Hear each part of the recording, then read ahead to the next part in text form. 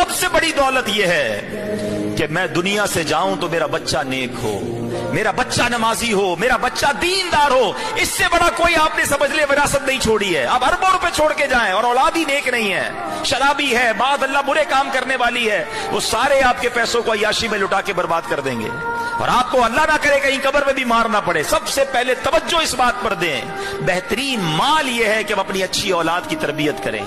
कुछ ना कर सको ना तो कम से कम अपने बच्चे को 5 वक्त का नमाजी बना देना।